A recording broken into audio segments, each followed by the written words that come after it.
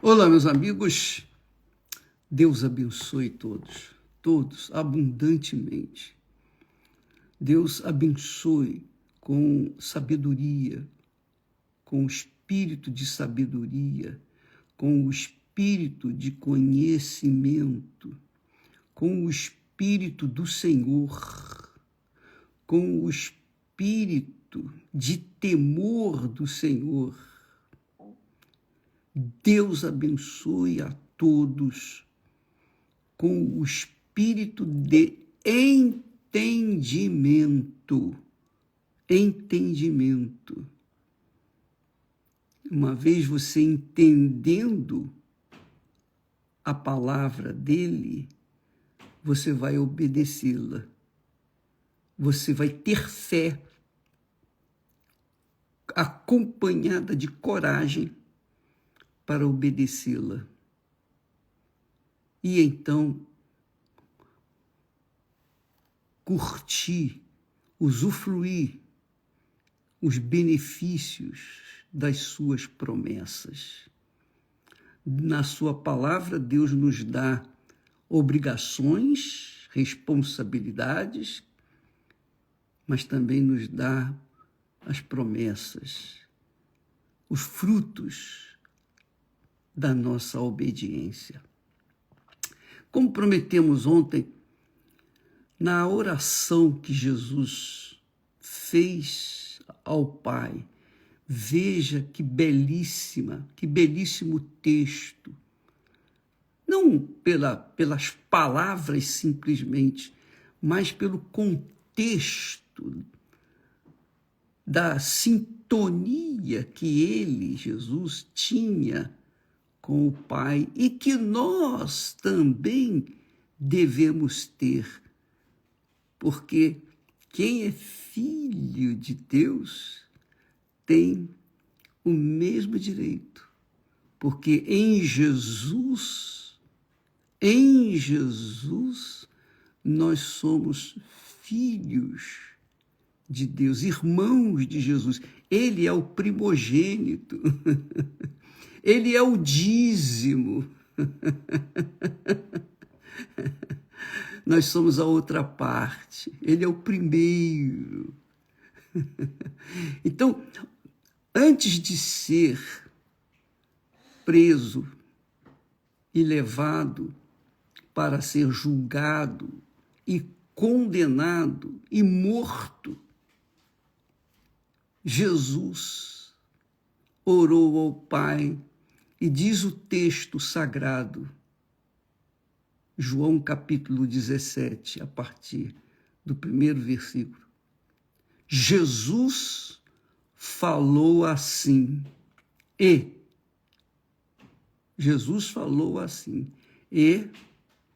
vírgula, dá um tempo. O que ele falou? Jesus, antes de falar, ele levantou seus olhos ao céu. Por que ele levantou seus olhos ao céu? Ao céu. O céu, ele poderia estar vendo o quê? Estrelas no infinito, ou poderia não estar vendo nada. Mas ele sabia que o seu Pai assumia toda a grandeza dos céus, porque ele é o Criador dos céus e da terra. Então, quando ele olha, ou levanta os seus olhos para os céus, ele obviamente está a céu aberto, falando com o seu Pai, falando com seu Pai. Levantou seus olhos ao céu. Seria bom que você, amiga e amigo, pudesse, se houver chance, levantar os olhos ao céu e contemplar a grandeza de Deus e contemplar a sua glória, a sua majestade e pensar os pensamentos dele. Quando nós elevamos os nossos olhos ao céu, nós ficamos perplexos. Nós mergulhamos no infinito. E quando falamos Pai, poxa vida, isso é muito glorioso. Pai. Só o filho tem direito de chamar o pai de pai. Só o filho tem esse privilégio de chamar o Deus de Abraão, de Isaac, de Israel, meu pai. Meu pai. Que maravilha. Que coisa gloriosa, grandiosa. Intimidade com o Pai, comunhão com o Pai. Jesus, então, levantou os olhos aos céus e disse: Pai, é chegada a hora. Quer dizer, era chegada a hora dele ser, do filho, cumprir a sua missão de ser entregue para ser sacrificado por nós. Aí ele diz: glorifica teu filho, para que também o teu filho te glorifique a ti. Jesus não queria, não estava pedindo essa glória do Pai para ele ser reconhecido, não. Jesus estava pedindo: glorifica teu filho, porque se o teu filho é glorificado, o Senhor vai ser glorificado. Jesus, ao ser glorificado, ele estava glorificando o Pai. Lembra que Jesus disse para Filipe? Ele disse: Filipe, há tanto tempo estou convosco e não tendes visto o Pai? Quem me vê a mim, vê o Pai. Quem vê o Filho, vê o Pai. É isso mesmo. Quem vê o Filho, vê o Pai.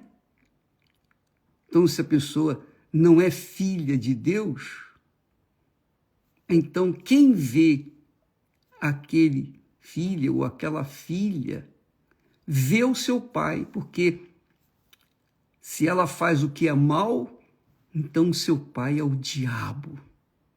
Mas se ela faz o que é bom, ela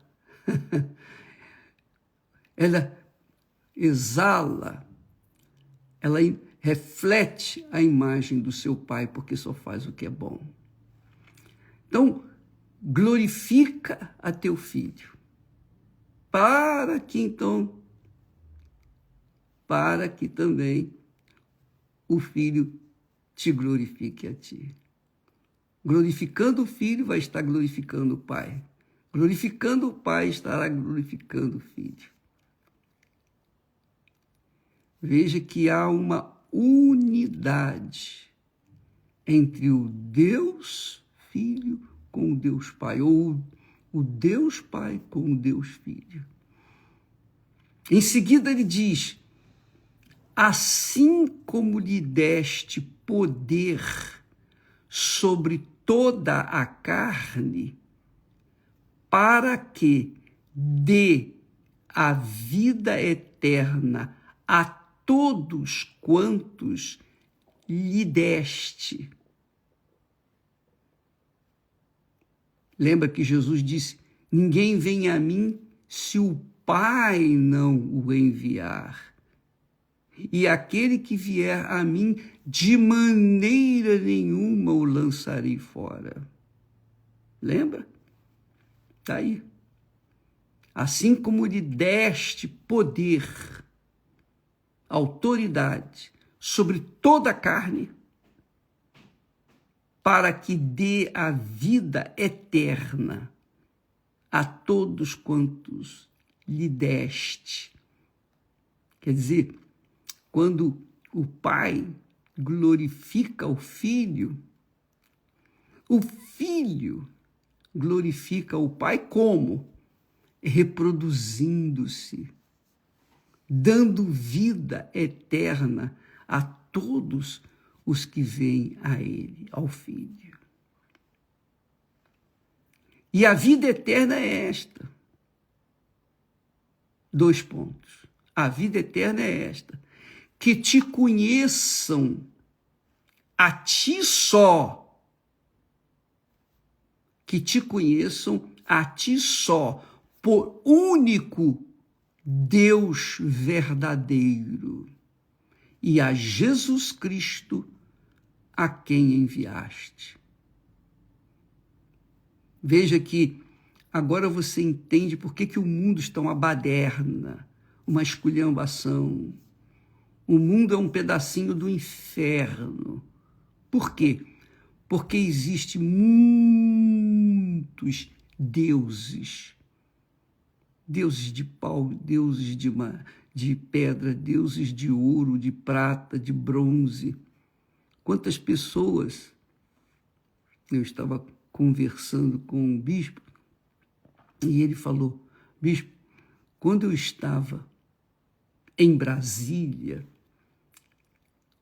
como bispo, trabalhando, havia pessoas que vieram até nós e que queriam seguir Jesus, abraçaram a fé em Jesus, mas o que as impedia de abraçar Jesus? Deixar os deuses que tinham. Porque eram pessoas bem-sucedidas e elas tinham muitas obras de arte, chamada obras sacras. Então, aquelas obras sacras que eram vendidas, negociadas por altíssimos valores.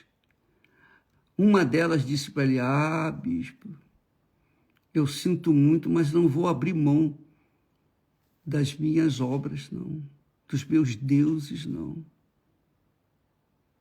Quer dizer, as pessoas inteligentes não eram pessoas sem formação, não.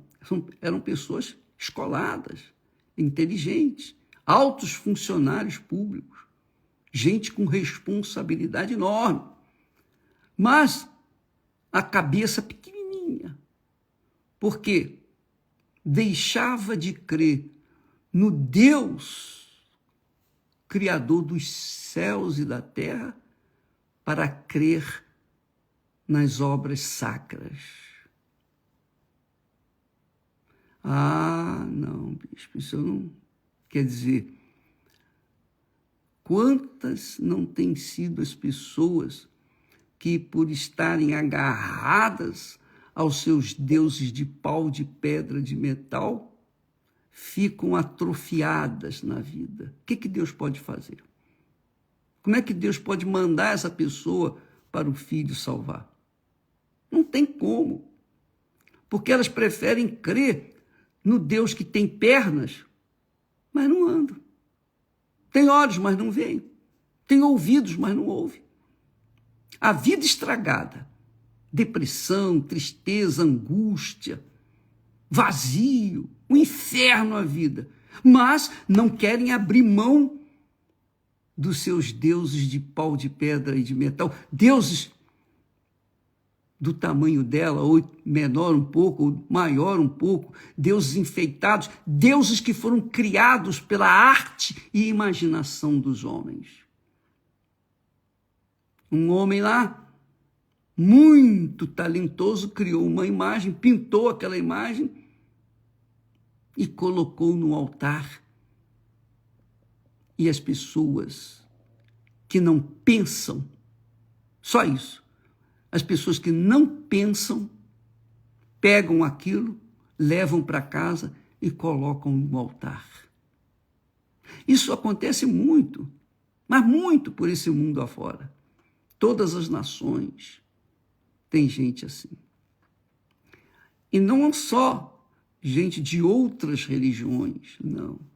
Também tem crentes assim, gente que crê na Bíblia e coloca a Bíblia num armário assim, logo de frente, na prateleira, aberta no Salmo 91, e adoram a Bíblia, mas não leem.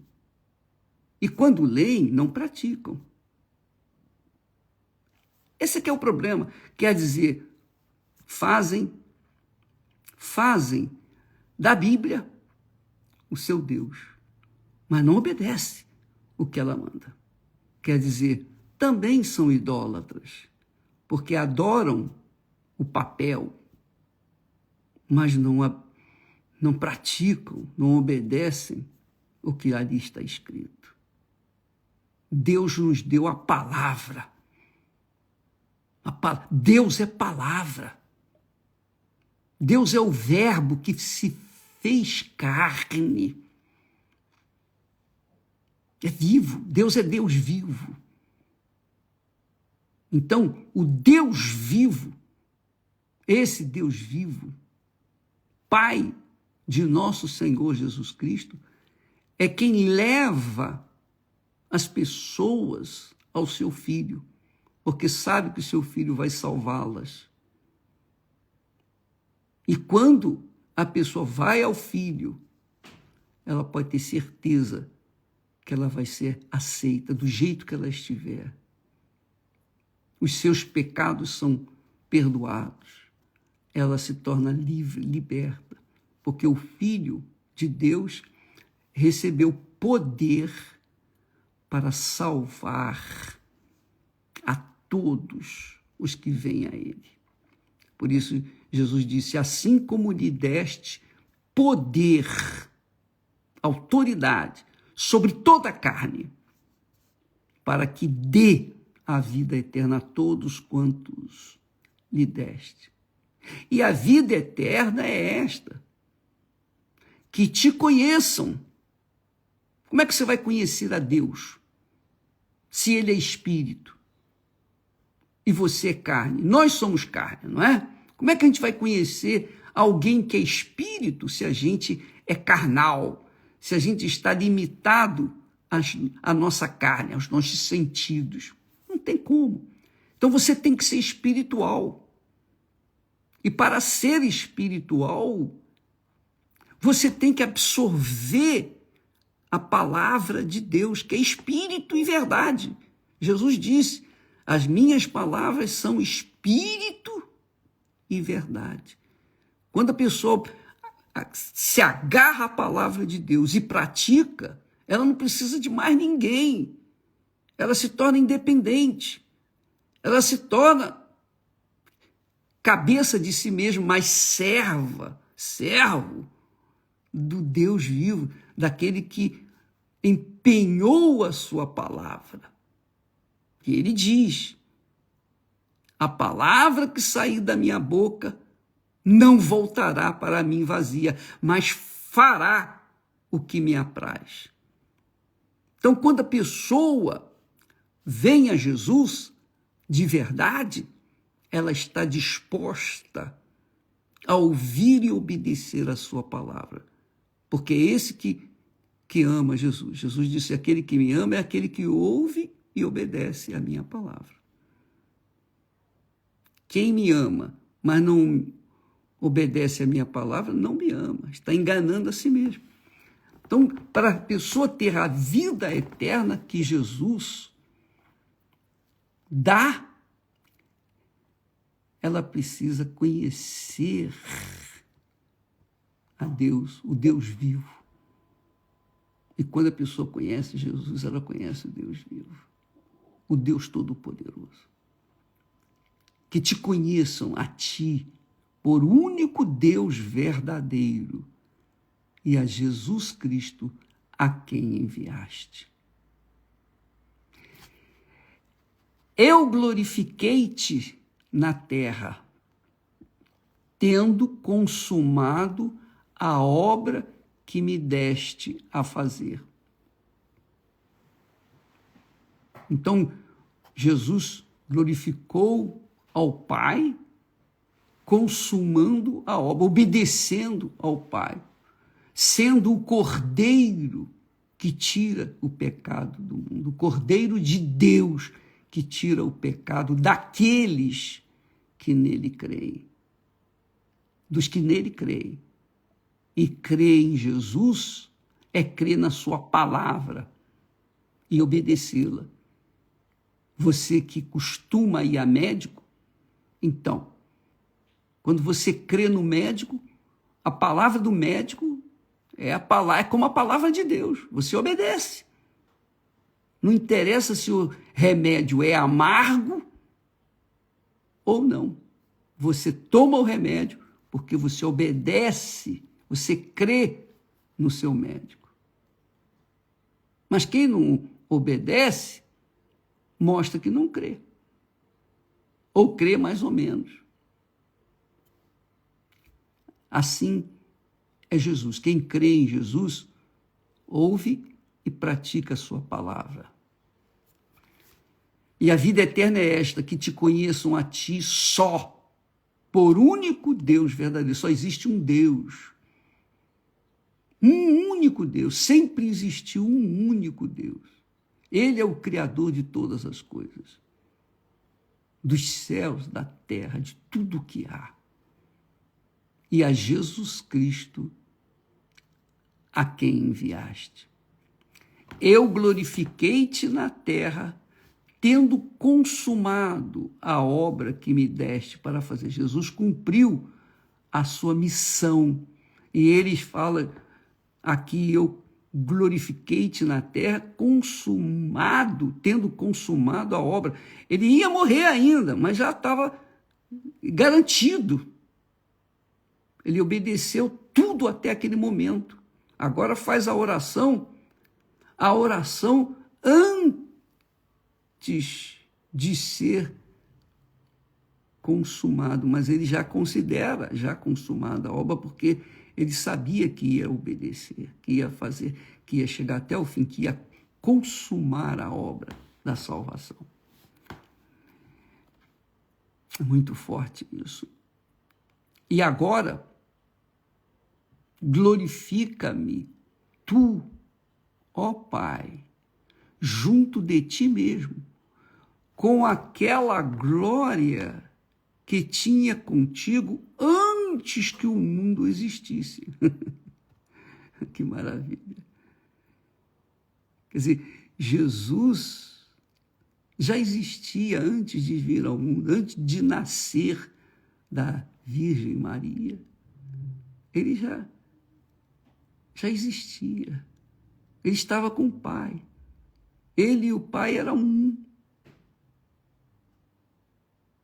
A glória que o Pai lhe concedia naquele momento, naqueles dias eternos passados, Jesus está pedindo, olha, glorifica-me tu, ó Pai, junto de ti mesmo, com aquela glória que eu tinha contigo antes que o mundo existisse. Manifestei o teu nome aos homens que do mundo me deste. Eram teus e tu mos deste e guardaram a tua palavra. Quer dizer, estes são os homens, as pessoas que se convertem, que se tornam filhos de Deus, que têm o Espírito Santo. Quando a pessoa recebe o batismo com o Espírito Santo, é porque ela foi enviada pelo próprio Pai ao seu Filho Jesus. Jesus salvou, lavou, purificou, e então, a pedido do Senhor Jesus, o Pai envia o Espírito Santo para viver nela.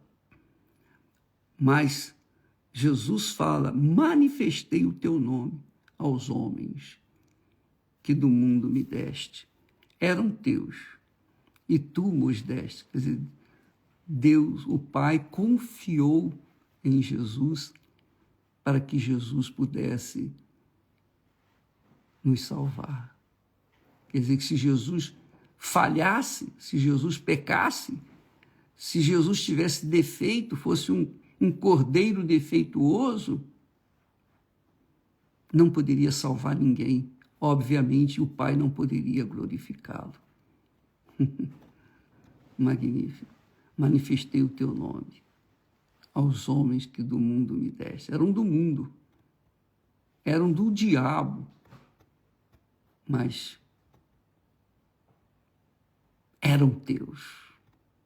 Lembra que lá em Ezequiel, capítulo 18, Deus fala: todas as almas são minhas, todas. Assim como a alma do Pai é a alma do Filho. Todas as almas são minhas. Todas. Isso não significa que todas as almas são salvas. Significa que todas as almas pertencem a Deus. E um dia, mais cedo ou mais tarde, ele vai pedir contas a essas almas. Aquelas que aceitaram o Filho dele, o próprio Filho vai dizer: vinde benditos de meu Pai, vinde benditos de meu Pai. Mas aquelas almas que rejeitaram Jesus, que são a maioria, infelizmente, a maioria, essas almas vão ser julgadas e condenadas porque rejeitaram o presente de Deus, rejeitaram a salvação de Deus, preferiram viver segundo as suas vontades, seus desejos, suas cobiças, etc, etc, etc. Elas vão ser punidas, vão ser colocadas no mesmo lugar onde vão estar Satanás, a besta, quer dizer, o anticristo, o falso profeta, a morte, o diabo e todos aqueles cujos nomes não estão inscritos no livro da vida. Esse livro da vida só Jesus pode abrir, porque ele mesmo coloca o nome da pessoa dele lá. Graças a Deus. Agora, continuando, Jesus na sua oração, agora, já tem conhecido que tudo quanto me deste provém de ti. Quer dizer, ele está falando daqueles homens, aquelas pessoas que eram de Deus, mas Deus os entregou, entregou a seu Filho Jesus, e ele salvou, ele as salvou, guardaram a sua palavra. Agora, eles têm conhecido que tudo quanto me deste provém de ti, tudo vem de ti. Tu és o princípio e o fim. Aleluia. Porque lhes dei as palavras que tu me deste. Olha só que bacana. Lhes dei as palavras que tu me deste, e eles as receberam, e têm verdadeiramente reconhecido também, que saí de ti, e creram que me enviaste.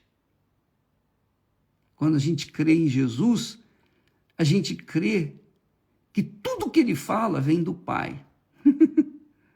Tudo. E a gente aceita e pratica e obedece com prazer, não com mau gosto, não, mas com prazer, com alegria. Aleluia. Eu rogo por eles. Jesus rogou por aqueles que o tinham aceitado. Eu rogo por eles. Não rogo pelo mundo. Olha só. Jesus não rogou pelo mundo. Rogou por aqueles, mas por aqueles que me deste, porque são teus. Vão viver a eternidade contigo. Quer dizer, Jesus veio para salvar todos, mas somente aqueles que se submetem a ele, se submetem à sua palavra, se sujeitam à sua palavra, são salvos. Não é se sujeitar à igreja, não. Se sujeitar à religião, não. Não é se sujeitar à doutrina das igrejas, não. É se sujeitar às palavras de Jesus. É isso aí, minha amiga, meu amigo. Jesus rogou por nós. Jesus rogou por mim e rogou por você também, que aceitou, que se entregou, que se submeteu e que se submete. Para todos que se submetem, que aceitam-no como Senhor e Salvador. Não rogo pelo mundo. Jesus não rogou pelo mundo.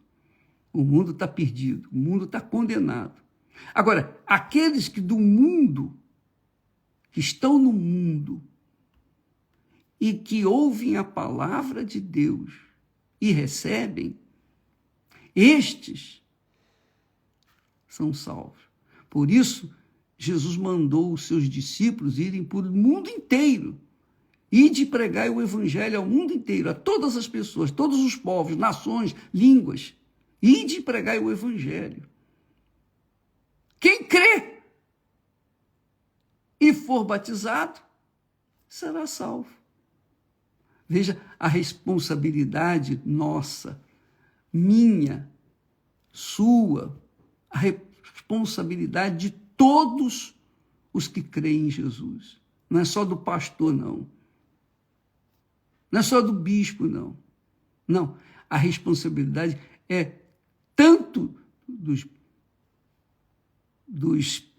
profetas, dos evangelistas, dos pastores, dos mestres, daqueles que têm uma função na igreja, quanto àqueles que são apenas membros. Você é membro da Igreja Universal, por exemplo, é sua obrigação dar um testemunho onde você estiver, no seu trabalho, qualquer que seja o local, você dá um testemunho da sua fé em Jesus, para que aquelas pessoas possam saber que Jesus continua o mesmo, que ele está pronto para salvá-las, da mesma forma como salvou você. Eu lembro, vale a pena lembrar, na minha juventude, eu trabalhava no Estado, funcionário da loteria do Rio de Janeiro, do Estado do Rio de Janeiro, e naquela oportunidade, eu havia entregado minha vida para Jesus, eu queria falar de Jesus para todo mundo. E os meus colegas zombavam, zoavam de mim, riam de mim. E eu ficava humilhado, envergonhado, ficava vermelho. Toda vez que eu fico envergonhado, eu fico vermelho igual um tomate. Eu ficava igual um tomate. E eu saía, às vezes eu saía para o banheiro e ia chorar. Poxa, eu fechava no banheiro e colocava o cotovelo, ajoelhava-me e colocava o cotovelo ali no tampo do vaso sanitário. E orava, e chorava, e falava com Deus. Puxa, meu Deus, eu queria tanto ajudar essas pessoas a salvar. Mas, e muitos não deram a mínima. A mínima. Tinha um colega, eu me lembro bem dele. Esse rapaz era da Igreja Batista. Era afastado, ele era meio barro, meio tijolo. E eu falava dele, de Jesus e tal, mas ele só concordava, mas não praticava. Mais tarde, anos mais tarde, ele cometeu suicídio. Era de uma igreja e cometeu suicídio. Quer dizer, ele ouviu, eu falei de Jesus para ele. Ele tinha um testemunho ali à frente dele. Então, quando Deus for julgar as almas, vai julgar a alma dele. Eu me lembro do nome dele. E vai chamá-lo: olha, fulano, você estava na sua igreja, você conhecia a minha palavra, mas você viu o testemunho do Edir. Ele falou com você sobre mim. Olha só, a responsabilidade nossa, amiga e amigo, de quem crê no Senhor Jesus, de passar para outras pessoas aquilo que Deus lhe tem dado. Entendeu? Você tem obrigação. E se você tem vergonha de assumir a fé em Jesus, como é que você quer que Jesus venha honrá-la também? Jesus disse: aqueles que me honram, eu honrarei. Mas aqueles que me negam, que escondem a sua fé para não serem humilhados, envergonhados, zoados por esse mundo, eu também o negarei diante do meu Pai. Veja que responsabilidade. Mas Jesus orou, ele orou por mim e eu, graças a Deus, aleluia. Que coisa maravilhosa.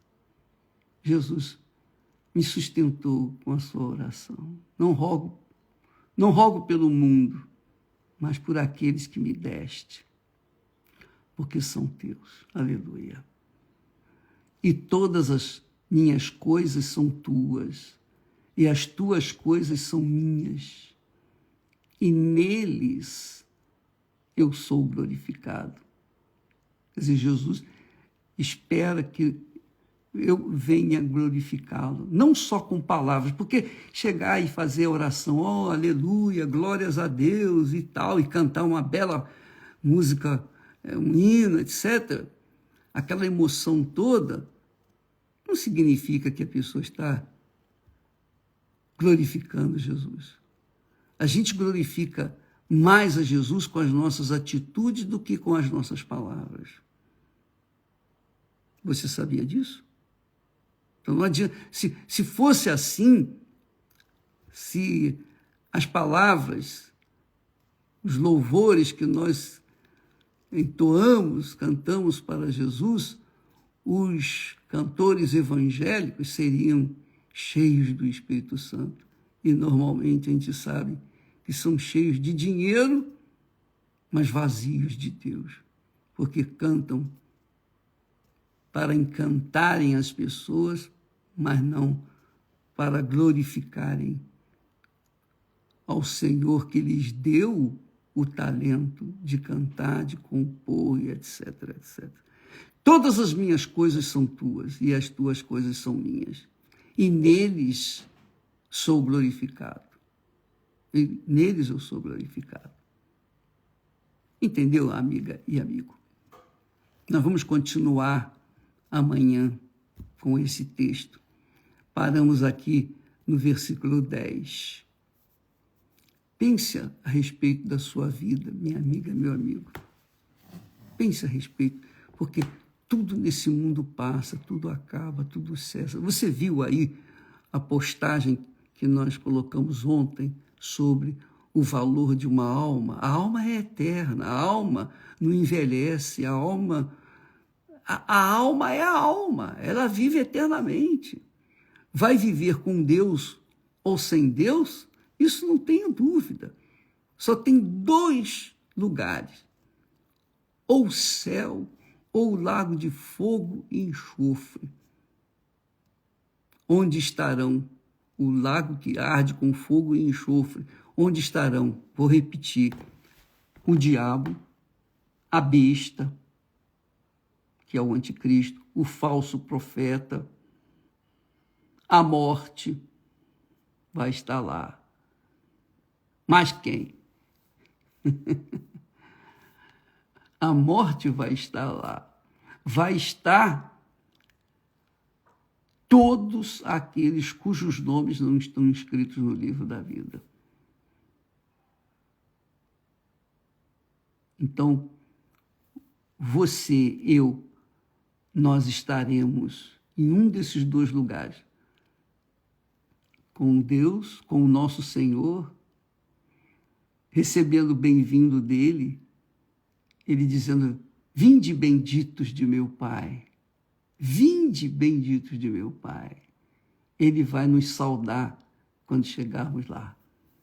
Ou então, lago que arde com fogo e enxofre, onde estarão o diabo, a besta, que é o anticristo, falso profeta, a morte, o inferno. Você sabia? O inferno vai estar lá dentro do lago de fogo, que arde com fogo e enxofre. Quem estiver no inferno vai entrar lá no lago que arde com fogo e enxofre. Então, esses 6 tipos vão estar lá. O diabo, a besta, o falso profeta, a morte, o diabo. E o 6º, todos aqueles cujos nomes não estão inscritos no livro da vida. E a pergunta é, a pergunta que não quer calar: meu nome está escrito aonde? No livro da vida? Está lá? Pensa bem, minha amiga. Esse corpo bonito, saradão que você tem aí, jovem, você é um jovem que tem um futuro pela frente, mas um futuro com prazo de validade. Aqui na Terra, prazo de validade.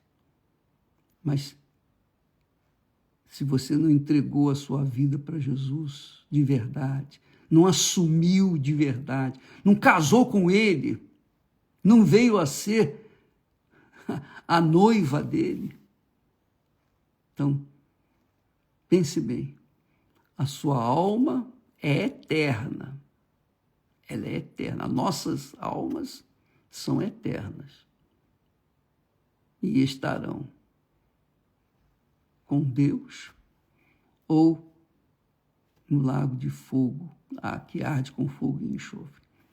Preste atenção, não adianta você simplesmente dizer: o meu nome está escrito no livro da vida, mas você viver dia a dia e não glorificar a Jesus, não assumir